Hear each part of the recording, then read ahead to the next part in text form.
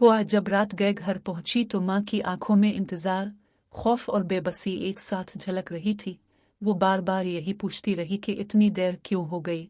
बाप को ढूंढने भेज दिया था और दिल किसी अनजाने खदशे से कांप रहा था, मगर पुआ के लहजे में एक अजीब सी ठंडक और खुद से नफरत थी।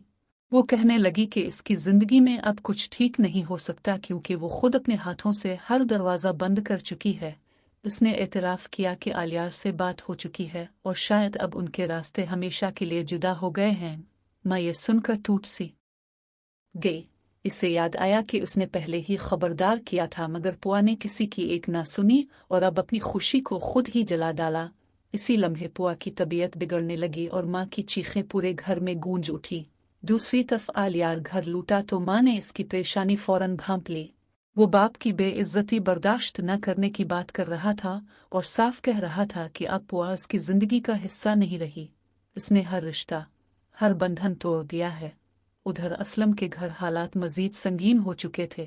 ताकतवर लोगों के हुक्म पर पुआ को घर से निकलने से रोक दिया गया, धमकियां दी गई, बुढ़ापे का लिहाज करने की तलकीन की गई, मगर असलम ने हार ना मानी। इसी वक्त सुनविल सामने आया, वही सुनविल जो कभी उन्हीं गलियों का बादशाह था, मगर अब इसने रास्ता बदल लिया था।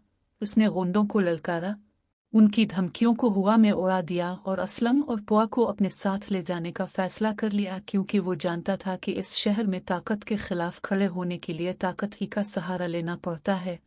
थाने में रिपोर्ट दर्ज करवाने की कोशिश की गई, मगर ताकतवर सेठ दाऊद मूसा का नाम सुनते ही अफसरान के हाथ कांपने लगे। कहानी को मजाक करार दिया गया, पुराने जख्मों को खरीदने से इनकार कर दिया गया। पुआ ने हिम्मत न हारी और कहा कि जुर्म जुर्म होता है, चाहे बरसों पुराना क्यों ना हो। मगर कानून भी कमजोरों के लिए अंधा साबित हुआ।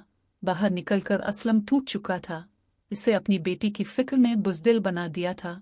उधर सेठ दाऊद को खबर मिली तो इसका गुस्सा आसमान को छूने लगा।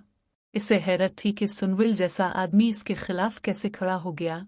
वो इस राज को सूंघ रहा था जिसकी बो दूर तक फैल चुकी थी। सुनविल जानता था कि अब वापसी का कोई रास्ता नहीं। वो पुआ की